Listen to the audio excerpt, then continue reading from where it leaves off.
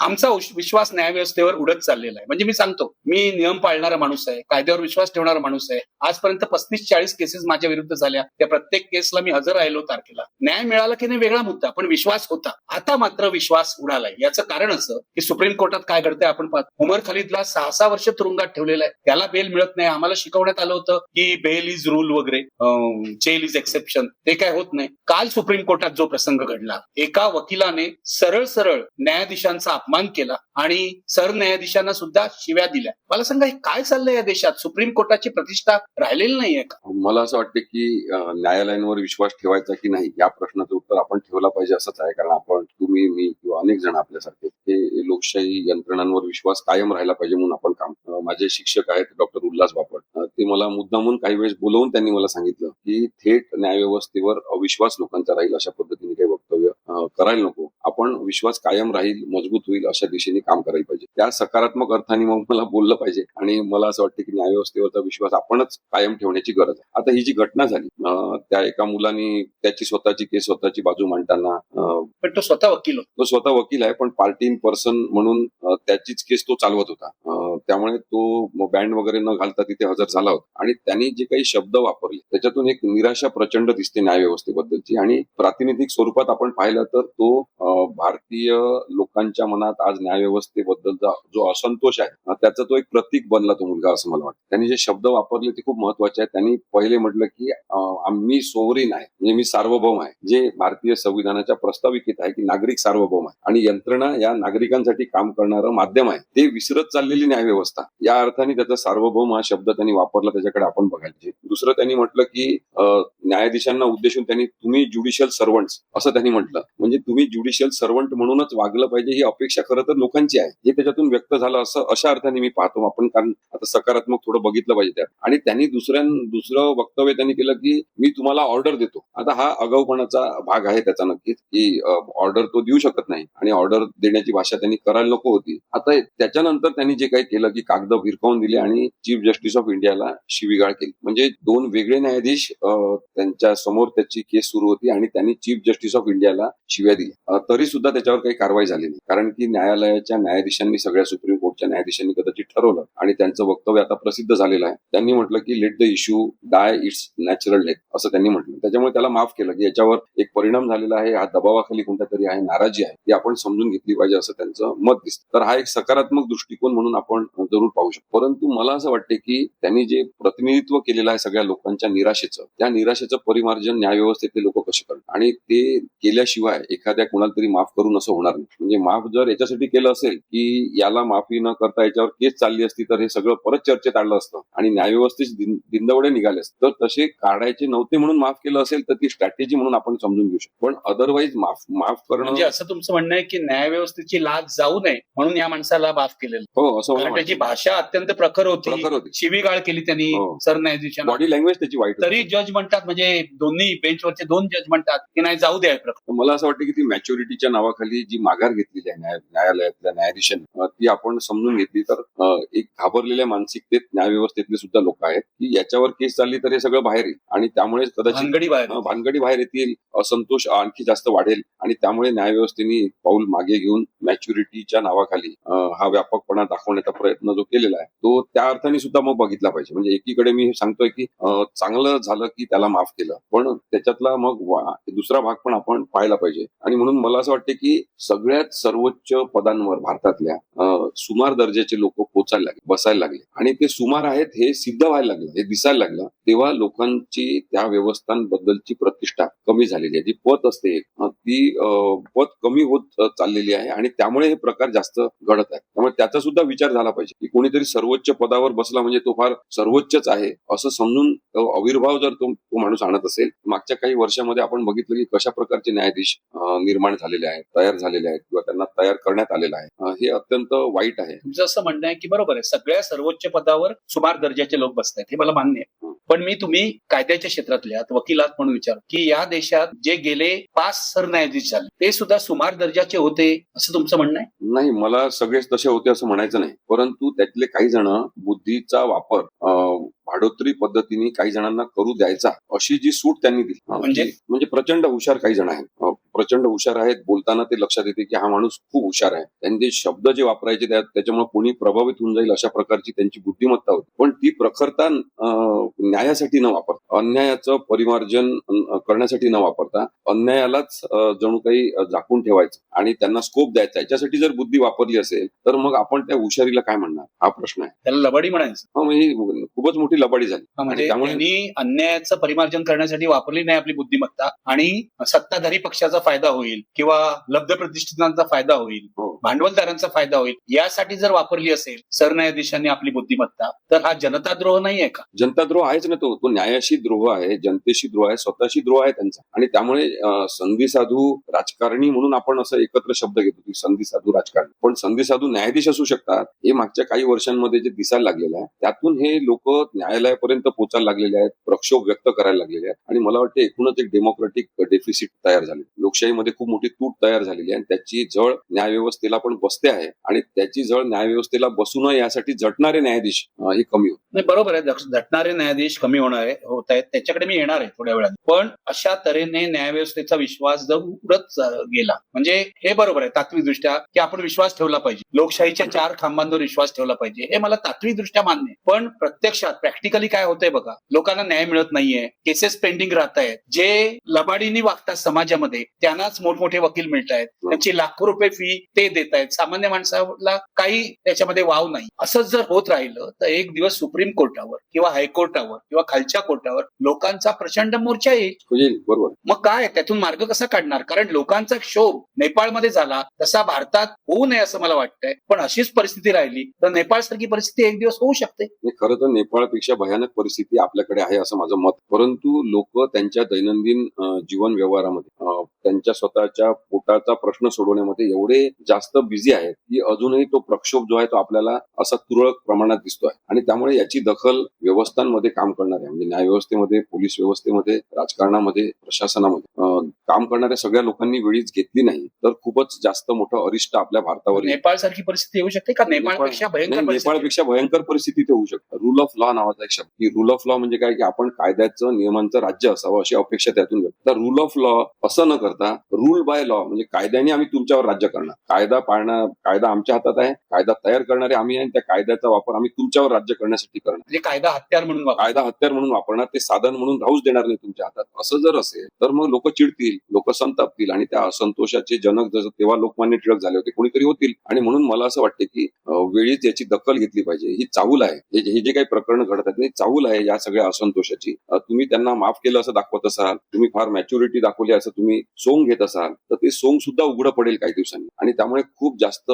मला असं वाटतं की युद्धजन्य परिस्थिती आहे असं समजून न्याय व्यवस्थेतल्या लोकांनी, न्याय व्यवस्था लोकांसाठी काम करणारीच आहे हे प्रस्थापित करण्याची गरज आहे. सगळ्या न्यायाधीशांच्या वागणुकीतून तसं दिसलं पाहिजे की न्यायाचे चाकं फिरवण्यासाठी जो माणूस विश्वासाने न्यायालयात येतो त्या माणसाला महत्व दिलं गेलं पाहिजे, त्या माणसाला प्रतिष्ठा दिली गेली पाहिजे. तू कोण आला इथे, कशासाठी न्याय मागायला आला आणि आम्हाला कशाला त्रास द्यायला आला, अशाच अर्थाने प्रत्येक माणसाकडे जर न्याय व्यवस्थेतले लोक बघायला लागले तर लोक नाही जाणार. मग परत आपल्याकडे ते जात व्यवस्था आणि त्याच्या आधारे जात पंचायती त्या वाढल्या तर आपण काय करणार? मग ते सगळे अन्याय आणि हिंसा आपण बघत बसायची का? त्यामुळे लोकशाहीने तयार केलेली यंत्रणा मजबूत करण्यामध्ये आता न्यायाधीशांनी विशेष लक्ष देण्याची गरज आहे. न्याय व्यवस्थेतल्या वकिलांनी देण्याची गरज आहे. सरकारी वकिलांनी, पोलिसांनी, न्याय व्यवस्थेमध्ये काम करणारे सगळे घटक एकत्र आले पाहिजे. आणि तो कॉर्डिनेटेड इफेक्ट जर नसेल, तसं प्रयत्न होणार नसतील तर मग मला नाही वाटत की न्याय व्यवस्था आपण लवकर सुधारू शकू.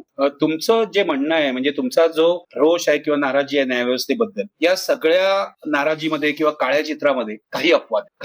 उदाहरणार्थ अलीकडेच मुंबई हायकोर्टाचे न्यायाधीश माधव जामदार यांनी जो निकाल दिला एका कार्यकर्त्याच्या प्रकरणामध्ये, त्या कार्यकर्त्याला तडीपार केलं होतं, तेव्हा माधव जामदार यांनी सरकारचे वाभाडे काढले. मला सांगा, असा एक न्यायाधीश जो वेगळी वाट निवडलेली असते त्यांनी, जो चैतन्यशाली असतो आणि तो तेजस्वी त्याच्यामध्ये उठून दिसतो, काय म्हणणं आहे तुम्हाला माधव जामदार यांच्या या निकालपत्राविषयी? माधव जामदार सरांनी जे काही उल्लेख केले त्या लोकांच्या मनातल्या भावना त्यांनी व्यक्त केल्या. खरं म्हणजे त्यांनी जे म्हटलं की भाजप मुर्दाबाद म्हणणं, अमित शहा मुर्दाबाद म्हणणं म्हणजे लोकशाहीशी द्रोह करणं आहे.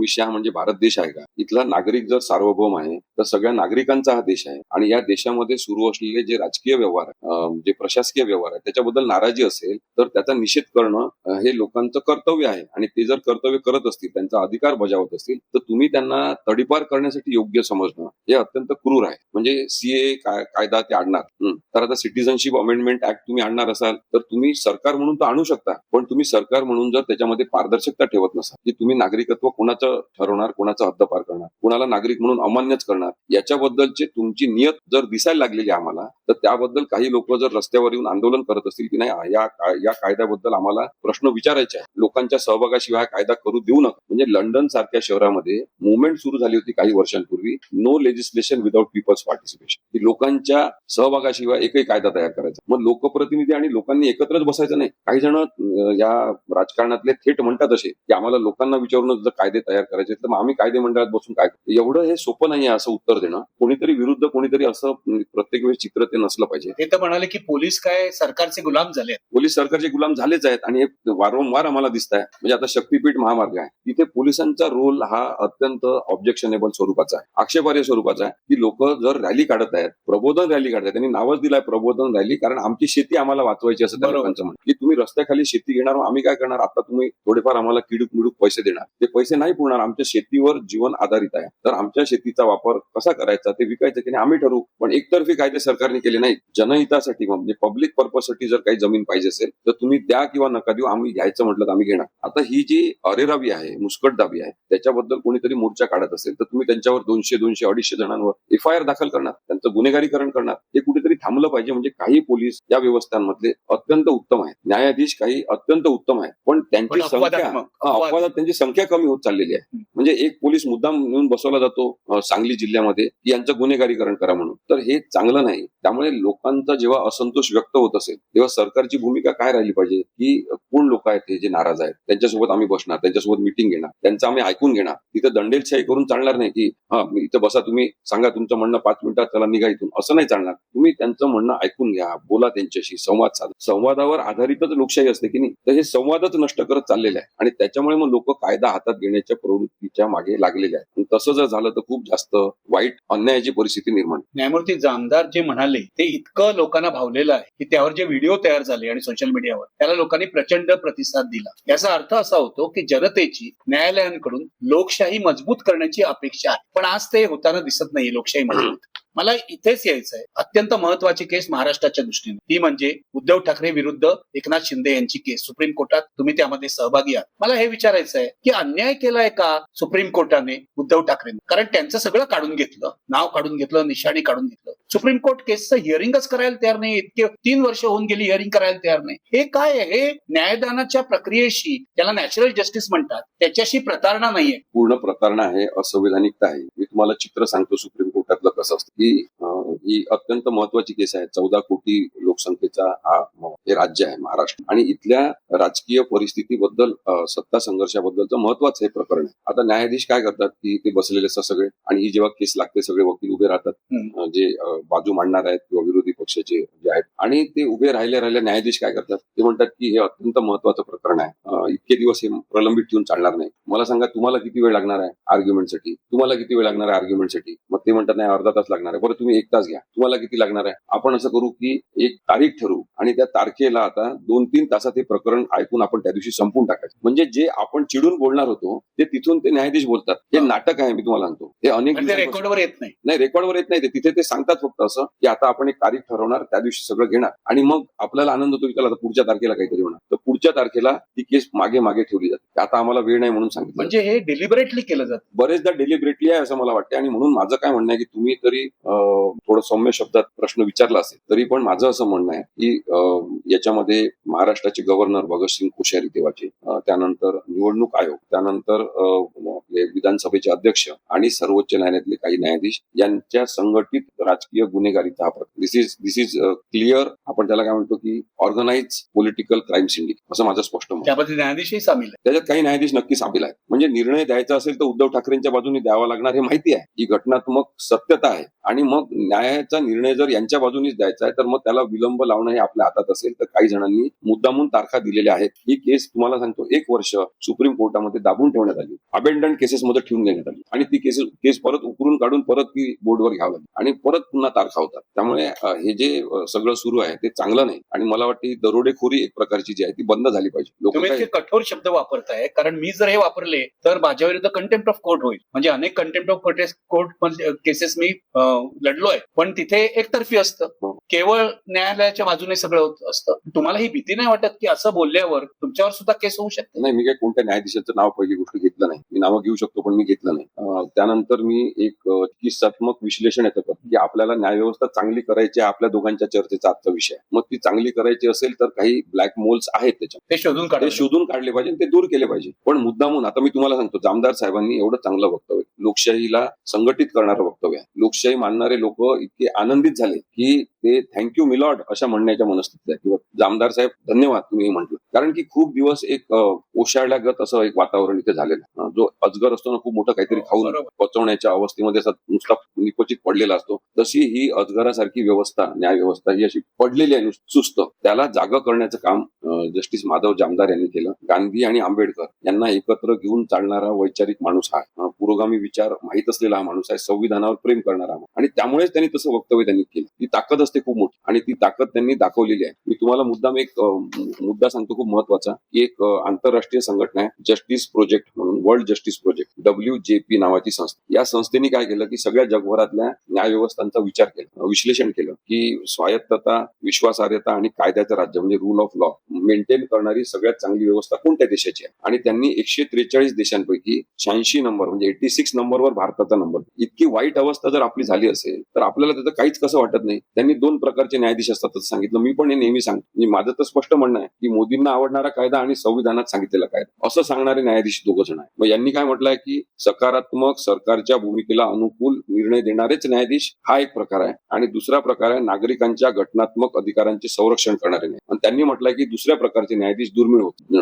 माधव जामदार जे न्यायाधीश आहेत ते त्या दुर्मिळ प्रजातीतले न्यायाधीश आणि म्हणून त्यांचं महत्व आपल्याला जास्त वाटतं. आणि या सर्व्हेमध्ये भारताचा नंबरही खाली गेला, खूप खाली गेलेला आहे. 86वा नंबर म्हणजे आपली सगळी अधोगती झालेली आहे न्यायावर. एक वेळ अशी होती असं म्हणतात, जसं तुम्हाला लता मंगेशकर बद्दल माहिती आहे, तसंच जस्टिस कृष्णा अय्यर यांच्याबद्दल म्हटलं जायचं की पाकिस्तान या देशातले लोक म्हणायचे की आम्हाला तुम्ही जस्टिस कृष्णा अय्यर हा एक माणूस द्या, अगदी आम्हाला आमच्या इथली न्यायव्यवस्था, कायदेशीरता, लोकशाही सुधारली. आपल्याकडे खूप चांगले जजेस अगदी आणीबाणीच्या काळापासून. म्हणजे मला आठवतं इंदिरा गांधींनी जेव्हा आपल्या सोयीचे जज नेमण्याचा प्रयत्न केला तेव्हा 3 जजेसनी राजीनामे दिले होते सुप्रीम कोर्टात. अनेक जजेस चांगले झालेले आहेत. नाही, आता पण महाराष्ट्रातले मी तुम्हाला जजेस सांगतो, जस्टिस अभय ओक यांच्यावर अन्याय झालाय, कधीतरी त्यांनी बोलावं असं माझं. जस्टिस अजित शहा यांच्यावर अन्याय झालेला आहे, त्यांनी कधीतरी बोलावं असं त्याला माझं. सुप्रीम कोर्टात घेतलं नाही. आता जस्टिस मुरलीधरन केवढा सुंदर रिपोर्ट त्यांनी तयार केलेला आहे, तुम्ही पाहिलं. युनायटेड त्यांच्यावरही अन्याय झाला. त्यांच्यावरही अन्याय झालेला आहे. त्यांना सुप्रीम कोर्टात जायची इच्छा होती, जाण्यासाठी लायकी त्यांची असतानाही प्रखर बुद्धिमत्तेच्या या माणसाला केवळ दिल्ली उच्च न्यायालयातून रिटायर्ड व्हावं. त्यामुळे हे अन्यायाचं जे स्वरूप आहे ना ते आता वाढत चाललं आहे आणि त्याच्यात मग न्यायव्यवस्था त्यांनी आता आंतरराष्ट्रीय स्तरावर जाऊन जे आता रिपोर्ट लिहिलेला आहे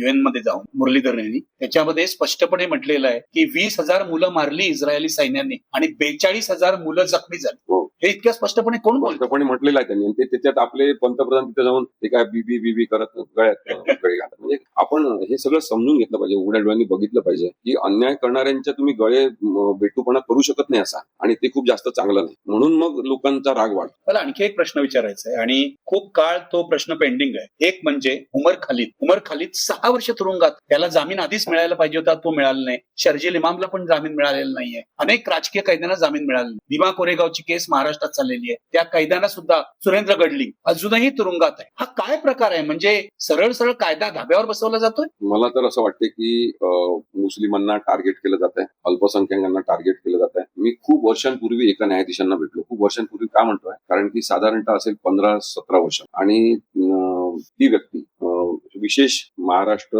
ऑर्गनाइज क्राईमचे काय केसेस म्हणजे मकोकाच्या केसेस चालवणाऱ्या कोर्टाची जज. आता त्या व्यक्तींनी, मी सहज भेटायला त्यांनीच बोलावलं, तुम्ही गेलो होतो भेटायला, आणि त्यांनी सांगितलं की मी मुस्लिम व्यक्ती माझ्या समोर आल्यावर त्याला जास्तीत जास्त शिक्षा कशी झाली पाहिजे हाच विचार पहिले करणार, आणि मी तसंच करत असतो किंवा असतो. त्यांनी सांगितलं, स्वतः उघडपणे सांगितलं. आता तेव्हा म्हणजे तुम्ही विचार करा, 16-17 वर्षापूर्वी हे जर मला प्रत्यक्ष एका सेशन कोर्टाच्या जजनी सांगितलं असेल, विशेष न्यायालयाच्या, तर ही पर्क्युलेट होत गेलेली जी मानसिकता आता आहे आणि त्या राजकीय पार्श्वभूमीवर जो कट्टरपणा आपल्या सगळ्यांच्या शरीरात विनवल्या गेलेला आहे, त्याच्यामध्ये न्याय हा तुटून पडलेला आहे, न्याय गळून पडलेला आहे आणि अन्यायच प्रस्थापित झालेला आहे प्रत्येकाच्या डोक्यामध्ये. त्याच्यामुळे माझं म्हणणं आहे की तो हिंदू असो, मुसलमान असो, ख्रिश्चन असो, बौद्ध असो, तो जैन असो, कुणी असो, त्या कोणीही बेकायदेशीर वागेल त्याला शिक्षा झाली पाहिजे. हे आपलं सगळ्यांचं म्हणणं, ही मागणी असली पाहिजे आपल्या सगळ्यांची. एका विशिष्ट जातीबद्दल आपण काहीतरी प्रक्षोभ ठेवून वागायचं, हे न्यायव्यवस्थेमध्ये कसं काय चालतं? आता शेवटचा प्रश्न, एक तर अभिजित दिपके यांच्या सीजेपीच्या आंदोलनाशी तुम्ही संबंधित आहात, कारण तुम्ही आणि विश्वंभर चौधरी पुण्यातल्या आंदोलनामध्ये सामील आहात. पण तुम्ही दिल्लीला गेला नाही. दिल्लीला इतके दिवस आंदोलन चाललेलं आहे, 13 दिवस उपोषण चाललेलं आहे सोनम वांगचुक यांचं, 20 दिवस आंदोलन चाललं, तुम्ही गेला नाही दिल्लीला. तर काय तुम्हाला काय वाटतंय आंदोलनाबाबत? तुमची निराशा झाली आहे का, की फार चिवटपणे ते लढतायत असं तुम्हाला वाटतंय आणि तुम्ही दिल्लीला यापुढे जाणार आहात? नाही, ते खूप चिवटपणे अभिजित आणि त्याचे मित्र लढत आहेत. इथे अभिजित आला होता त्याचे मित्र पुण्यामध्ये. तेव्हाच आम्ही आमची भूमिका स्पष्ट केली की जे तरुण खरोखर आहे, ते राजकीय दृष्ट्या तरुण असलेले नाही, म्हणजे खरोखर तरुण आहेत वयाने, त्यांनी हे आंदोलन चालवावं, अभिजितने नेतृत्व करावं. अनेक नेते त्याच्यातून नवीन तयार झाले पाहिजे आणि आपण मागे राहून त्यांना सपोर्ट करण्याची भूमिका निभावली पाहिजे. त्यामुळे दिल्लीला नाही जायचं मुद्दामून असं काय आम्ही ठरवलं नाही, पण आम्ही दिल्लीला जाऊ. पण आता तुम्ही तरुणच आहात. नाही, तरुण म्हणजे असीम सरोदे असे काय म्हातारे झाले असं आम्ही म्हणू शकत नाही. तुमच्याकडे पाहिलं की तुम्ही तरुण आहात असं वाटते. जेनजी म्हणून जे आहेत त्या मुलांनी जर नेतृत्व 35च्या खालची, 35च्या आतले, तर त्यांनी ते नेतृत्व घ्यावं आणि आपली सगळ्यांचीच, म्हणजे तुमची पण भूमिका तीच आहे आधीपासून, की नवीन लोकांनी नेतृत्व घेतलं पाहिजे. आता तिथे आपण गेल्यावर मुद्दामून आपण ते सगळं क्रेडिट घेण्यासाठी आलो, मुद्दामून आपण ते झाकळून टाकणार आहे सगळं आणि आता ते आंदोलन ताब्यात घेणार आहे असं म्हणणारे लोक खूप जास्त प्रमाणात आहेत. त्यामुळे मला असं वाटतं की त्यांना त्यांचं करू द्यावं, ते करत आहेत चांगलं. जेव्हा त्यांची हाक येईल, आपल्याला गरज वाटेल, तुम्ही अभिजित सोबत आपला दररोजचा फोनवर संपर्क आहे, त्यांनी बोलवलं आपल्याला की या तुम्ही, तर आपण लगेच जाणार. अभिजितने बोलवलं, तुम्ही दिल्लीला जा. नाही, नक्की, कारण त्यांनी 20 तारखेला संसदेवर ते मोर्चा काढला. माझा प्रश्न इतकाच आहे, तुम्ही आणि विश्वंभर चौधरी या मोर्चाला जाणार आहात? आम्ही नक्की जाऊ आणि तशा वेळेस जाणं आवश्यकच आहे. त्या मोर्चामध्ये आपण सगळ्यांनी सहभागी झालं पाहिजे, कारण प्रश्न विद्यार्थ्यांचा प्रातिनिधिक आहे. प्रश्न हा व्यवस्था परिवर्तनाचा, की सगळ्या यंत्रणा या लोकांसाठी काम करणाऱ्या असल्या पाहिजे. प्रत्येक मंत्र्यांनी त्याच्या मंत्रिमंडळाचं काम करताना लोकांचा इंटरेस्ट जपला पाहिजे आणि त्याच्यामध्ये पारदर्शकता ठेवली पाहिजे. तर त्यासाठी हा मोर्चा असल्यामुळे सगळ्यांनी सहभागी व्हावं असं मला वाटतं.